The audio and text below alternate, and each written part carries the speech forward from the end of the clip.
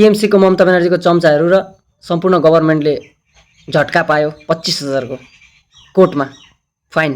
के को लागि भन्नु त? आजभन्दा 4-5 महिना अगाडि सेन्ट्रल गभर्मेन्टले बोर्डर फेन्सिङ गर्नु दिएन भनेर पार्लियामेन्टमा मुद्दा उठाएर त्यसलाई हाइकोर्टमा अपिल गरेको थियो। त्यो अपिल लागू भएर ममता ब्यानर्जीलाई 31 मार्चको भित्र त्यो ल्यान्डको पुरा रिपोर्ट, ल्यान्डको कागज, ल ल्यान्ड कहाँ बनिनुपर्ने हो, कुन जमिन दिने हो स्टेट गभर्मेन्टले फेन्सिङ गराउनको लागि बोर्डर इलाकामा, त्यो दिनु भनेको थियो। ममता ब्यानर्जीले दिएन। अस्ति 22 अप्रिल 2026 25,000 रुपियाँ हाइकोर्टको जुर्माना नमाग्नका लागि वेस्ट बेङ्गल गभर्मेन्टले फाइन खायो। कस्तो लाग्यो त न्युज? किन नदिएको थाहा छ? घुसपेटिया ल्याउनु छ। अप्रिल महिनामा भोट थियो, मार्चमै बोर्डर बनाइदियो भने कसरी घुसपेटिया ल्याउने, कसरी भोट दिलाउने, उनीहरूलाई कसरी नागरिकता दिने टेन्सन हुन्छ नि ठुलो, होइन?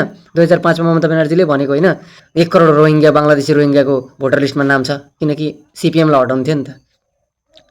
सत्य कुरा गरेको थियो। तर अहिले त्यही घुसपेटियालाई निकाल्दाखेरि छेपाराको जस्तो रङ बदलिदिएको। खतरा होइन ममता ब्यानर्जी? दम छ नि यार। सुप्रिम कोर्टले पनि फटकार लगायो। जय हिन्द, जय भारत। घुसपेटिया चाहिँ निकाल्नै पर्छ। पपुलेसन बढ्दैछ, खाने पनि हुँदैन, किनकि जमिन बढ्दैन, पपुलेसन मात्रै बढ्छ। जमिन पनि बोर्डरको घुसपेटियासँगै अलिकति दखल गर्दै गएको थियो भने त जमिन बढ्थ्यो नि त। जमिन चाहिँ बढाउने होइन 1 फुट पनि, खालि मान्छे मात्रै बढाउने। त्यतिखेर पनि कुरा बिएसएफले के गर्दैछ बोर्डरमा घुसपेटिया पस्यो भने बिएसएफले के गर्दैछ? फटकार लगायो होइन अहिले?